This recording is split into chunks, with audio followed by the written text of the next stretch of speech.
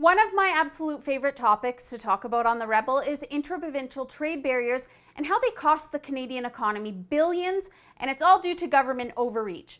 We can't trade labor or goods across provincial borders freely, and this is something that was promised to us in the Constitution. Actually, it was supposed to be a benefit of amalgamating. And a really good example of how ridiculous these barriers are is beer. In Canada, there's both provincial and federal legislation that control the beer and liquor market. For example, federal laws restrict direct-to-consumer shipments and even taking booze from province to province, which ties into provincially controlled legislation. And Alberta is a perfect example of how crazy this legislation can be. In just a year and a half and between two governments, beer markups have changed 3 times. First, the Progressive Conservatives upped the taxes on alcohol, which was bad enough in itself. But under them, Alberta had and still has the most open beer market. Their rules were applied across the board to every single province.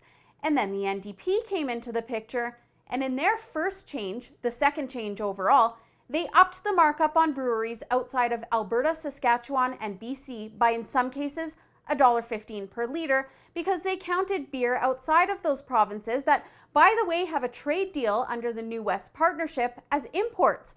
That was a huge cost to swallow for a lot of breweries, and of course ended up in liquor stores, pubs, and restaurants, passing on the costs to us, the consumers. Of course, this first markup plan ended up in a lawsuit where Steam Whistle, based in Ontario, claimed that the NDP were giving breweries in Saskatchewan, BC, and Alberta an unfair advantage, which then made the NDP back off and change the markup system for a third time to avoid that suit.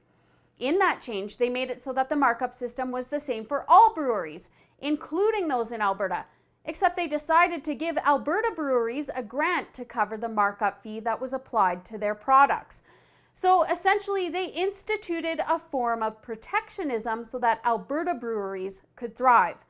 So Alberta brewers are getting taxpayer subsidies to grow their operations, and now they also get a grant under the Growing Forward 2 program. So they're double dipping into tax dollars.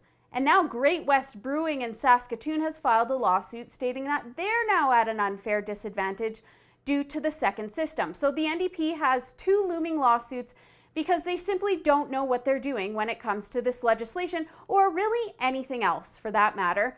In retaliation to the NDP's markup scheme, the Saskatchewan government has now changed their markup system, effectively starting a trade war. This is what happens to businesses when the government is involved.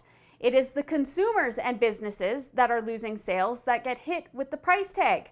And then there's the case coming out of New Brunswick involving Gerard Como, who transported booze across provincial borders and got caught.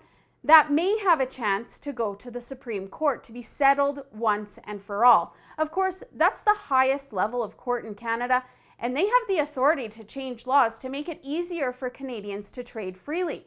So if you're keeping a tally, that's 3 cases in progress due to liquor legislation.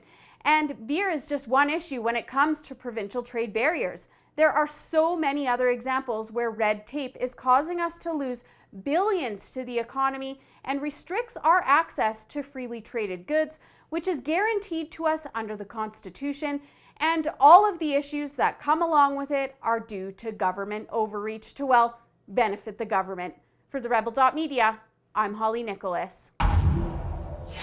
Thanks so much for watching. If you're a freedom fighter like me, check out beerfreedom.ca and please sign up to let the government know that you support breaking down trade barriers in Canada.